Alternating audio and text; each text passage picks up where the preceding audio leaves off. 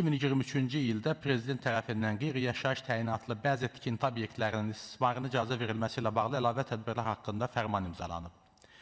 Məqsəd illərlə sənədsiz qalan qeyri-yaşayış obyektlərini rəsmiləşdirmək, sahibkarın əlini qolunu açmaq, iqtisadiyyata nəfəs vermək olub.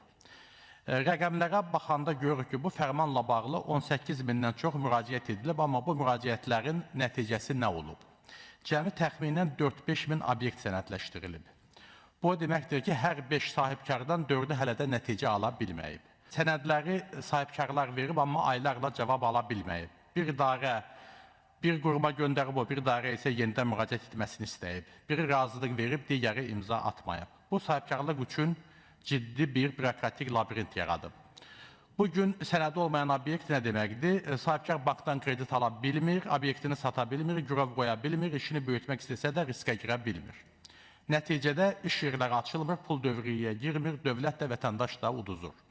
Bir məsələ də var, bu prosedur üçün son tarix qoyulub, 2026-cı il və məni də narahat edən məsələ budur, buna görə çıxış etdim. Artıq yanvar ayının 1-nə qədər kim portalda qeydiyyata düşə bilirsə, onların sənədləri qəbul olunacaq və fərmanın 3 illik qüvvədə olduğu vaxt bitəcək. Amma bu tempi ilə gedilərsə, minlərlə sahibkar vaxta çata bilmir.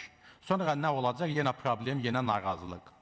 Fərmanın niyyəti doğru idi, amma icrası zəif həyata keçirilib. Problem qanunda yox, mexanizmdədir. Ona görə də burada açıq bir nələri demək istəyirəm. Prosedurlar gərək sadələşdirilsin, cavab müddətləri konkret olmalı idi, sahibkar aylarla havada saxlanmamalı idi.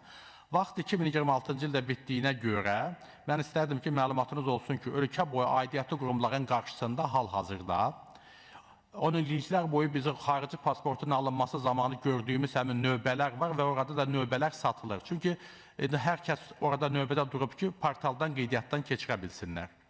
Ona görə də portalda qeydiyyatdan keçmək zamanının uzadılmasını mən çox xahiş edirəm və xahiş edərdim ki, xanım sədr, siz də İqtisadi Siyasət, Sənaye və Sahibkarlıq Komitəsinə də bir göstəriş verəsiniz. Bu məsələ aidiyyatı qurumlarla araşdırılsın və doğrudan da bu problemin maçştabını nəzərə alaraq bununla bağlı hər hansı bir addımlar atılsın. Əgər bu məsələ həll olunmasa, sabah bu problem daha böyük sosial narazılığa çevriləcək. Həm də indi müəyyən bir araşdırma apardım və gördüm ki, Cənab Prezidentin fərmanında nəzərdə tutulan dövlət orqanlarının heç biri üzərinə düşən vəzifəndə tam demək olar ki, məsuliyyətlə yerinə yetirməyib.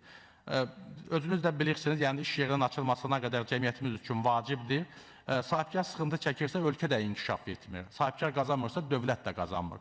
Bu baxımdan mən istərdim ki, bu məsələyə baxılsın və həmin o portalda qeydiyyatdan keçmə vaxtı uzadılsın. Təşəkkür edirəm, xanım sədr.